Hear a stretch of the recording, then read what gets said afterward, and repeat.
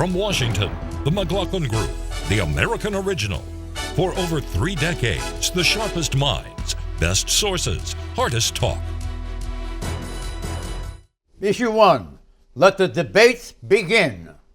I cannot say I have to respect the person that if it's not me, the person that wins. If I do win and I'm leading by quite a bit, that's what I want to do. I can totally make that pledge. If I'm the nominee, I will pledge I will not run as an independent. You know, whatever your issue, your cause, the festering problem you hoped would be resolved, the political class has failed you. That's just a fact, and that's what Donald Trump taps into. I would also just say this, since he has changed his mind on amnesty, on health care, and on abortion, I would just ask, what are the principles by which he will govern? The first debates of the 2016 presidential election took place Thursday in Cleveland, Ohio, sponsored by Fox News and Facebook. In the primetime debates, the top 10 Republican contenders, as determined by their standing in 5 national polls, faced off against each other. 7 more GOP candidates who came in below the threshold engaged in an earlier debate at 5 p.m. The GOP lineup this year includes 9 governors and ex-governors, 5 senators or former senators, and 3 political outsiders. The 9 governors are Jeb Bush, Scott Walker, Mike Huckabee, Chris Christie, John Kasich, Rick Perry, Bobby Jindal, George Pataki, and Jim Gilmore. The first 5 made the cut for the top 10 debate. Collectively, the governors represent states composing 30% of the U.S. population, some 97 million people. The 5 senators are Ted Cruz, Marco Rubio, Rand Paul, Rick Santorum, and Lindsey Graham. Cruz, Rubio, and Paul made the top 10 cut. Senators are representing 21% of the U.S. population. Then there are the political outsiders, Donald Trump, Ben Carson, and Carly Fiorina, the first 2 of whom were in the top 10 debate. Measured by their standing in the polls, the 3 Republican frontrunners are Donald Trump, Jeb Bush, and Scott Walker. The Democratic presidential debates are not yet scheduled, but are expected to kick off in Iowa this fall. Question, were there any standouts and standout moments in these debates? Pat? Well, John, I think everybody's going to focus in on Donald Trump, and it was a very rough, tough night for him, but I think basically what he did was he hardened and solidified his base and may have added to it because he was in a battle with Fox News, Megyn Kelly, and back and forth. So I think by and large, he helped himself or held his own. As for the outsiders coming along, I think John Kasich clearly was immediate favorite there in terms of how he ended his remarks. And I think he came on very strong, and so I think he's going to help himself. I think Marco Rubio has helped himself. He was crisper, stronger, and more mature than he's been. So I think those, as for the first, as what they call the little table, in the first debate. The kids' table. Kids' table, everybody is unanimous that Carly Fiorina won it. But I thought Rick Perry, and I watched both debates, I thought Rick Perry did a good job. Mm-hmm. Yeah, he was much candidate. Well, I thought he did a fine job at the kids' table. Yeah, Fiorina was a standout in the early debate, which was in a cavernous hall without any audience. I mean, and she really has a very striking poise and a lot of hardline statements that go over big with the Republican Party. But the main debate was staged by Fox News, and conservatives are now all up in an uproar over the fact that the Fox News commentators asked really tough questions. And I think Fox really wanted everybody to know they're a legitimate news network. They weren't going to let anybody off the hook. And they went at Trump initially very hard, asking for a show of hands as to who, they wanted everybody to pledge allegiance to the Republican Party, and he refused to do it. And at least he's consistent. And I think, but there are a lot of traditional Republicans who are kind of horrified that if he doesn't win the nomination, he would run third party and in effect hand the presidency to Hillary Clinton. In the context of that phone call he had with President Clinton, sort of giving him the lay of the land and telling him he's striking a nerve in the country. I mean, I don't think that goes over well with the Republican base. But, you know, Trump is a phenomenon. It's not over yet. He's a real sugar high, I think, for the country, just watching him perform. I think that, Megyn Kelly, Brett Baer, Chris Wallace, that, if you watch the show, that's what they do. They are tough questioners. But look, I think it was a very interesting debate. I think Carly Fiorina really stormed it. I think you'll see her rising significantly in the polls in the coming days. In the second debate, the prime time, I tend to think that Scott Walker pulled it off, mainly because Scott Walker is already popular with conservatives, right? The debate is towards something else. It's not just in and of itself. And so Scott Walker, he made a couple of good lines on foreign policy, where he's been weak before. He did enough there. I think Marco Rubio, again, that youthful charisma. What was Walker's best one-liner? I think Walker's best one-liner was talking about, when he talked about foreign policy, and America's position with our allies in the Middle East. His line that Russia and China know more about Hillary Clinton's emails than Congress. Well, that was a line that played well with the conservative base. That's a good one. You like that? Well, yeah, it was funny, but I want to distance myself from the notion that these were tough questions that the questioners asked. They were very good questions. They were precise. They were well focused, and they did their best to keep these politicians from wriggling out from under them.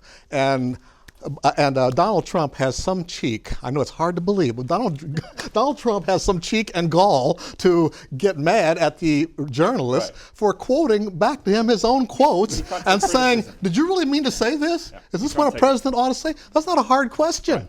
Right. He turned it into an opportunity to beat up on Fox. And I tell you, the one thing that was notable here was that you saw Republicans beating up on Fox. I thought I'd never see that, but they got away with it. But the point is, I think that the moderators were immoderate. I mean, they really went after Trump. You're reading all these trashy comments he made from long ago. They're getting into the debate. They are trying to influence. Should the moderators and TV should be trying to influence the outcome of the Republican primaries? Well, because they were.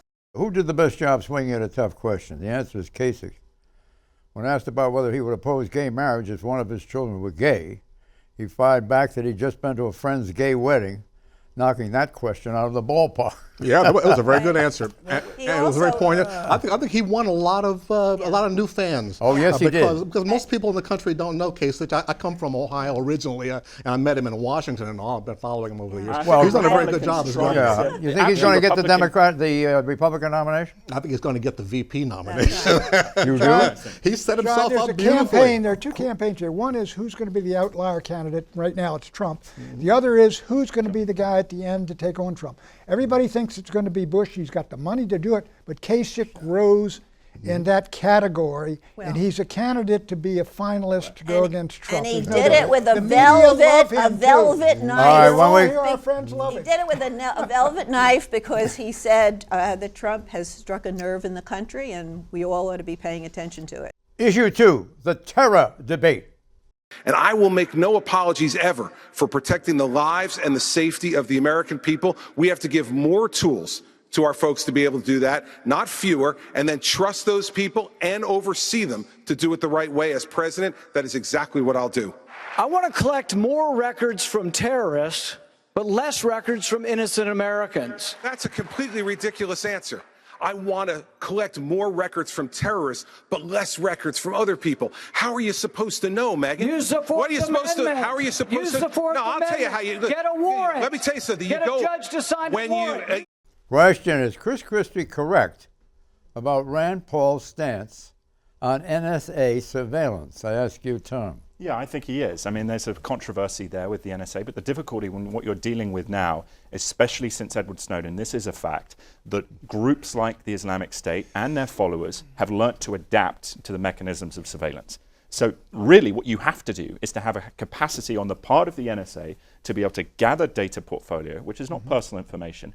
And then when someone goes to a judge and says, the FBI says, can we monitor this person more intrusively, then you do it that way. But I think Rand Paul is trying to appeal to a certain constituency in the Republican Party, which I tend to think should be in the Republican Party. It's good to have a debate. This is actually not a partisan issue, shouldn't be. I mean, this goes back to the founding of the Republic, the argument over safety versus security, the idea of, freedom versus security. And what was it Ben Franklin said about those who to give up essential liberty to don't deserve to have either one, exactly. What did he say? Yeah. Those who are willing to give up essential liberty deserve neither security or liberty, or something to that. That's right. And this is just let me make a very quick point. This is a debate that goes on, and we shouldn't have absolute positions one side or the other. I think that gathering meta information about people can be a benign activity, but it's one that frightens a lot of folks. And I think Rand Paul raised a very good point. Rand Paul's initial appeal was that he spoke to younger people who didn't want Big Brother watching them. But the Republican Party has gotten so hawkish that his positions are kind of out of step with the primary now. More Christy Paul. Listen, Senator, you know, when you're sitting in a subcommittee just blowing hot air about this, you can say things like that. When you're responsible for protecting the lives of the American people, then what you need to do is to make sure that you use the system the way it's supposed to work. Here's the problem, Governor. You fundamentally misunderstand the Bill of Rights. Every time you did a case, you got a warrant from a judge. I'm talking about searches without warrants, indiscriminately of all Americans' records, and that's what I fought to end. I don't trust President Obama with our records. I know you gave him a big hug, and if you want to give him a big hug again, go right ahead. Question, who do you trust more on counterterrorism, Rand Paul or Chris Christie? Another clip. Well, you didn't play the rest of that bite, which is when Christie comes back and says, the hugs I remember are the family members of the people who died on 9/11. I think Christie won that exchange. I think, John, both of them did. Christie's appealing to the security segment, and that's a majority, but however, Rand Paul's guys are the libertarians to whom this is a vitally important issue, this Fourth Amendment, and I think he was very outspoken and tough in defending that part of the party. So I think they both appealed to their bases, and they both did well. And it was a substantive debate. Sure, it's a good hot exchange, so we're playing it. I think Christie will come out better, though, with more Republican voters from that, because, again, with the security issue moving up the ladder, he will seem to take it. Again, I think Ella is right that the party is more in Christie's pocket than it is in terms of... Issue 3, misogyny. You've called women you don't like fat pigs, dogs, slobs, and disgusting animals. Your Twitter account... Only Rosie O'Donnell. No, it wasn't. Your Twitter account...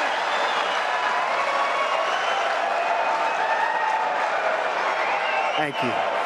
For the record, it was well beyond Rosie O'Donnell. Yes, I'm sure it was. Your Twitter account has several disparaging comments about women's looks.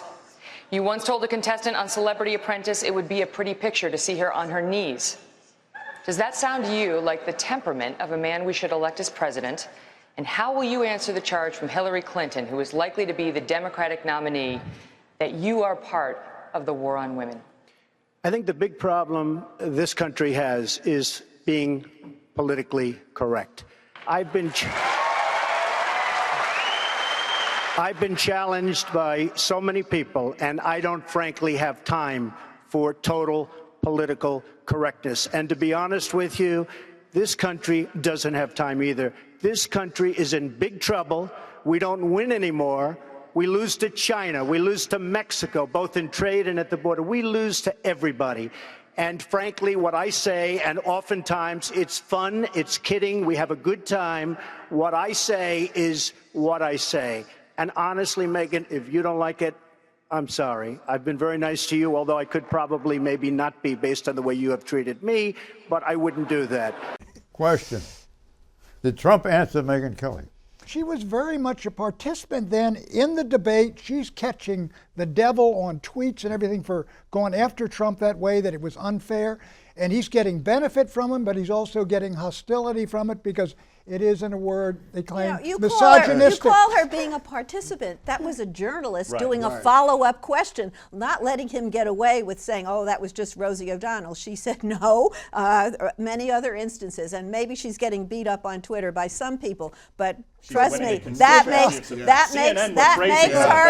makes her a heroine. You got Eleanor defending Fox News here. This is outstanding. I will defend Fox News too when Fox News practices good journalism, which occasionally they do. Do they do that to anybody else in that debate? Anybody else in that debate? Well, they should, because you're supposed to be held. Let them in. Let Clarence in. And you know, as a former candidate, you're supposed to be called into account for what you say. And it's not the first time that Trump has been called into account for this. He could have just said simply that if I offended anybody, I'm sorry. But no, that's not Donald Trump's way. He threatened her. He hinted there could be a reprisal against her because she wasn't treating him nice. Look, I think basically what people are going to come away from that is part of the establishment. Fox News joined them, and they're all together, and they're trying to bring the Donald down. That's the conspiracy and it will solidify. Yeah, that's the conspiracy approach. No, it's not conspiracy. It's malarkey. It's contagion. That's our job as journalists. The fourth estate is supposed to hold the other states accountable, and vice versa. That's all. Have we seen enough of the Donald in this program? Of course not. No, you must have all Donald all the time, John. We're all talking about him in the second day. That's right. You had with 10 candidates on the stage. The moderators had to shake it up. What happened to the bites? What happened to the bites on Donald Trump? And revels in it. You see, he's proud of what he says, and then we he goes just out lost afterwards. a bite. Where was that bite? Do we want him holding the nuclear trigger? Donald Trump was the draw in that debate. They got an audience of 24 million people. It was great entertainment. My housemates who don't like politics loved it, and they wanted to see more Trump. Who did they want to see? If they can find that bite on Donald Trump in there before we leave. We had to produce this show in a matter of about 12 hours because the debate was last night. Issue 4, Social Security, Medicare, entitlement reform. And if Congress wants to mess with the retirement program, why don't we let them start by changing their retirement program and not have one, instead of talking about getting rid of Social Security and Medicare that was robbed $700 billion to pay for Obamacare. We can't fix the problem just by entering Congress's retirement. That's worth about this much. We need to go at the fundamental problem. Question, will America's entitlement system survive with reforms of the type mentioned by Mike Huckabee? Mike didn't have the reforms. I mean, he just said get rid of the congressional thing. That's fine, political point. Christie showed some political courage in coming out and saying that basically we're going to move the retirement age 1 month every year for the next 25 years. That would certainly help save Social Security, but is it politically the wise thing to do? Now, Christie won that exchange, but I'm not sure his entitlement reform as a proposal going forward is good politics. Although the polling shows out of all of the bad solutions, and they're all distasteful to somebody, this is the best way to go, or I should say the most popular way to go, just like raising the retirement. I think this is Walter Mondale. I will raise taxes at the 1984 Democratic Mondale's mistake was being too candid. You can see what the Republican candidates. You can see with the Republican candidates this cycle, they are trying to focus more on broadening the base of appeal. Certainly as a millennial, that kind of comment appeals to me because I know that if I get to the age of some of the other panelists here, much respect to all of you, I'm not going to have Medicare or Social Security. You're not the so Republican. we do need reform. Don't knock Buchanan that way. You're not the Republican base. McLaughlin is. The Republican base needs to expand. Listen, do you want to take away cut McLaughlin's Social Security? No, that's what we're talking about. Well, yes, I do. The Social Security base is very broad. That debate did nothing to expand the Republican base on any issue, on women's issues, on immigration. What about Kasich? Zero. I think when you Kasich come was to good. the general, He's though. 1 of 10. Hold on. As a person. Yeah. We're out of control here. Now, which of the 10 Republican contenders lost ground in the debate? I disagree. I think Scott Walker did because I think he's sort of he's a real candidate to run in the opposite Trump, bracket. And I don't think he did him. It's almost impossible to remember anything he said. If you're watching Midwestern governors and you have to choose between Kasich and Walker, Kasich wins. I would agree. Walker is a narrow-minded conservative. What got me was how the early... Kasich is able to think more broadly. Scott Walker is very popular. I think he just had to expand that because doing of what well he's done in in Wisconsin. But look, I also think, going back to what Eleanor said about the political benefit of talking about entitlement reform, I actually tend to think Republicans have a big advantage going up to the general election if they can articulate, look, we're in favor of things like Uber, which Hillary Clinton is against. We're in favor of entitlement reform so that young people have it, which Hillary Clinton seems seems to be against. I don't think Hillary is against well, she's not. Uber. She doesn't want to reform it. So if you could be the candidate of the people of the future, she's not and against that is a debate. And also looking at Obamacare, young premiums. I've been saying this for years. Republicans ought to be the party of ideas again, because you didn't hear that last night. You heard all of what they were against, but not what they were in favor of. Goldwater led the party of ideas and came out for privatizing Social Security. But it didn't work. It didn't work, Clarence. Again, he was too candid, right? Exactly. He was too candid about it. Everybody knows we got to do something with it, but you don't want to be the Republican contenders lost ground? Well, so I think we cover that. I think if it's someone else beyond Rand Paul, for me, I would say Did Trump? I think Jindal Graham lost ground in the first debate. I think they're going to have a problem. Huckabee helped himself, I believe. I thought he had a good performance. I think he helped himself. He had a good closing statement, but otherwise his comments were. All right, what about Carson? I think Carson, other than the closing statement, of course, I don't think he had any other statements. Somebody's going to be voted off the island to make room for Carly Fiorina in the September debate, and it could be Ben Carson, who I think is Carson is running in the polls around 5th or 6th, though. Yeah, well, he's not at the bottom. But what strikes me about the debate was that the governors, I thought, gave the best answers, but the non-governors, or at least not sitting governors, like Huckabee and Cruz, excited the crowd more. And I think the early reviews found them ahead. The crowd was so energetic. what does this say? If you've got practical answers, you're not winning an election. One thing very quickly with how Republican Party is changing. Remember 2012 primary debates, there was booing of a gay soldier who asked a question. Yes. This time, Kasich's remark got actually applause. That's right. And that shows, society is changing. Well, it was a state, wasn't it? But yes, but it was also, I think, a reflection of opinion about, that love. You can be anti-gay marriage, but at the same time have respect for. Who's going to get the nomination on the basis of what we've seen in this debate?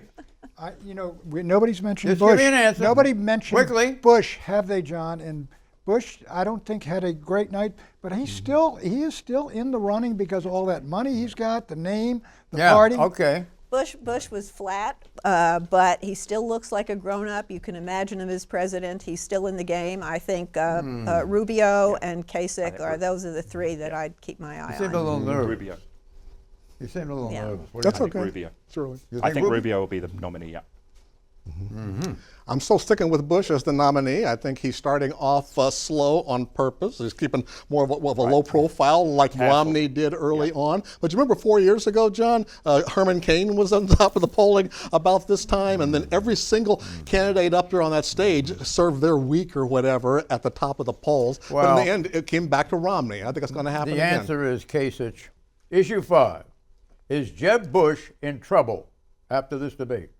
John, I would say this. Jeb Bush is probably still, everyone considers him the probable champion of the establishment wing of the party in the finals and maybe the probable nominee. But I tell you, he is being pressed by Kasich, and after this debate, he's going to be pressed by Marco Rubio.